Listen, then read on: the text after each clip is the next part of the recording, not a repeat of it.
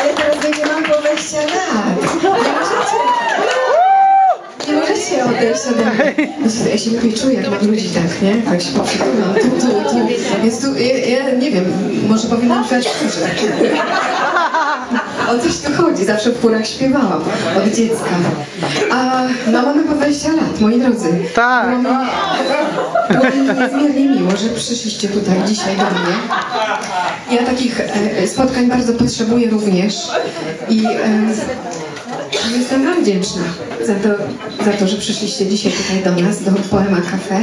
Życzę wam cudownego roku 2014. U mnie jest dobrze. To przeniosę teraz na was. Ja się cieszę, że się 13 skończył. Bardzo się cieszę, że jestem 14. Bardzo kibicuję małżeństwu Weroniki i Mateusza. Wiem, że bardzo to oczywiście przeżyję jak każdy rodzic, ale wierzę, że oni mi też dadzą dużo szczęścia, bo już mi dają. To jest świetny związek. I wracam do tego, słuchajcie, bo jestem mamą, no przeżywam. Akurat za chwilę mamy ten ślub. I też chciałabym, żeby byli szczęśliwi. I dla nich tę piosenkę dedykuję teraz. Mamy po 20 lat.